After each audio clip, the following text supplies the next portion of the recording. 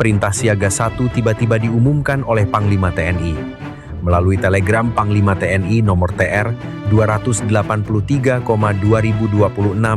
Jenderal Agus Subianto memerintahkan sebagian besar jajaran TNI untuk meningkatkan tingkat kesiapsiagaan ke level tertinggi dalam operasi pengamanan dalam negeri. Perintah ini mulai berlaku sejak 1 Maret 2026 dan akan berjalan hingga batas waktu yang belum ditentukan. Telegram tersebut ditandatangani oleh Asisten Operasi Panglima TNI, Letnan Jenderal Bobi Rinal Makmun, di Jakarta. Namun yang menarik, alasan utama perintah ini bukan karena situasi dalam negeri. Pemicu utamanya justru datang dari eskalasi konflik di Timur Tengah yang semakin memanas dan berpotensi memunculkan dampak global. Langkah ini menyampaikan satu pesan penting. TNI menilai bahwa situasi geopolitik dunia saat ini tidak lagi bisa dipandang sebagai konflik regional biasa. Dalam banyak peristiwa di masa lalu, konflik yang terjadi jauh dari wilayah Indonesia tetap mampu menciptakan gelombang efek domino terhadap keamanan hingga ke dalam negeri. Karena itulah status Siaga 1 dipilih sebagai langkah antisipasi strategis. Bukan karena Indonesia sedang menghadapi ancaman langsung, melainkan karena negara harus selalu siap menghadapi kemungkinan terburuk kapanpun itu datang. Objek vital nasional langsung menjadi fokus pengamanan. Dalam telegram Panglima TNI, perintah pertama yang diberikan adalah memperketat pengamanan terhadap berbagai objek vital nasional. Seluruh Komando Utama Operasi TNI diperintahkan untuk menyiapkan personel serta alutsista guna melakukan patroli dan pengamanan di titik-titik strategis. Lokasi yang menjadi prioritas mencakup bandara, pelabuhan laut dan sungai, stasiun kereta api, terminal bus, hingga fasilitas energi seperti kantor PLN. Mengapa titik-titik ini menjadi perhatian utama? Karena dalam setiap konflik global yang memicu ketegangan internasional, objek vital ekonomi dan transportasi selalu menjadi target paling rentan. Ancaman bisa datang dalam berbagai bentuk, mulai dari sabotase, aksi teror, hingga gangguan keamanan lainnya. Stabilitas ekonomi nasional sangat bergantung pada kelancaran aktivitas di tempat-tempat tersebut. Jika bandara terganggu, arus logistik dapat terhambat. Jika pelabuhan mengalami gangguan, distribusi barang nasional bisa lumpuh. Dan apabila fasilitas energi terganggu, dampaknya dapat menjalar ke hampir seluruh sektor kehidupan masyarakat. Itulah sebabnya dalam doktrin keamanan nasional, pengamanan objek vital selalu menjadi prioritas utama ketika status kesiapsiagaan meningkat. Langit Indonesia juga tidak luput dari pengawasan. Dalam telegram yang sama, perintah kedua diberikan kepada Komando Pertahanan Udara Nasional, Kohanutnas. Mereka diperintahkan untuk melakukan deteksi dini serta pemantauan aktivitas udara secara terus-menerus selama 24 jam penuh. Langkah ini memiliki arti strategis yang sangat besar. Dalam era modern, ancaman terhadap suatu negara tidak selalu datang dalam bentuk invasi militer konvensional. Ancaman bisa muncul dalam berbagai bentuk lain, seperti pelanggaran wilayah udara, drone tak dikenal, pesawat sipil yang dibajak, hingga aktivitas intelijen udara. Melalui jaringan radar nasional yang tersebar di berbagai wilayah Indonesia, Kohanutnas bertugas memastikan tidak ada aktivitas udara mencurigakan yang lolos dari pemantauan. Terlebih dalam kondisi geopolitik global yang sedang memanas seperti sekarang. Setiap pergerakan udara yang tidak biasa harus segera dianalisis dan direspons secara cepat. Karena dalam sistem keamanan nasional, deteksi dini seringkali menjadi kunci utama untuk mencegah krisis sebelum benar-benar terjadi. Di sisi lain, operasi senyap juga digerakkan oleh Badan Intelijen Strategis (BAIS) TNI. Unit intelijen ini memiliki peran yang sangat krusial dalam membaca dinamika situasi global.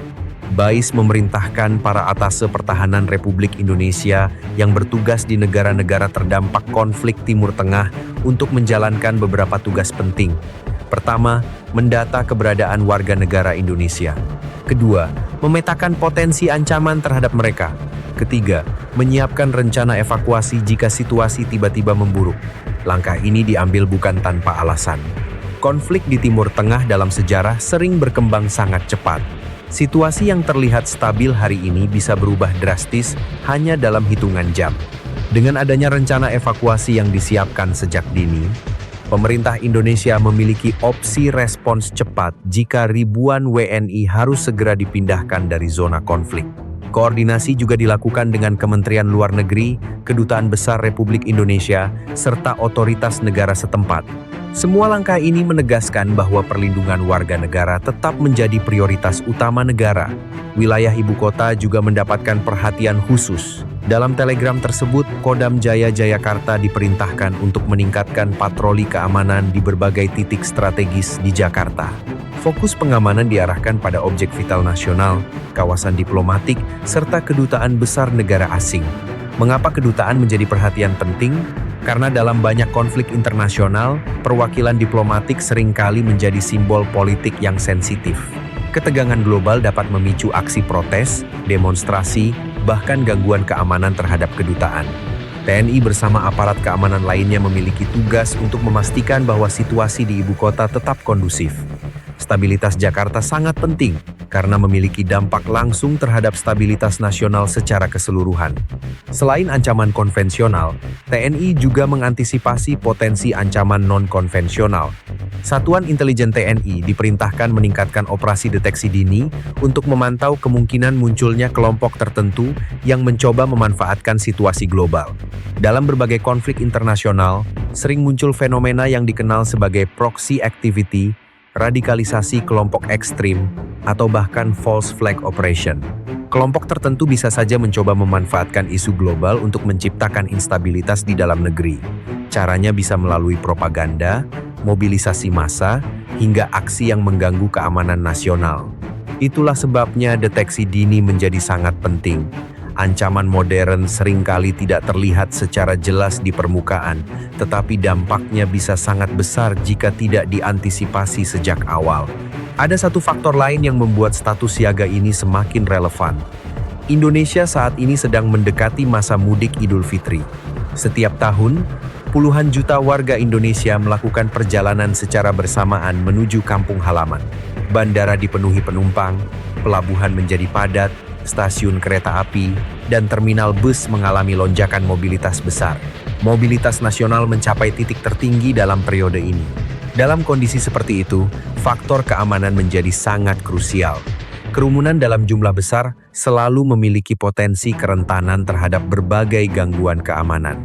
Dengan meningkatkan status siaga 1, TNI dapat membantu memastikan bahwa mobilisasi nasional selama periode Idul Fitri tetap berlangsung dengan aman dan lancar.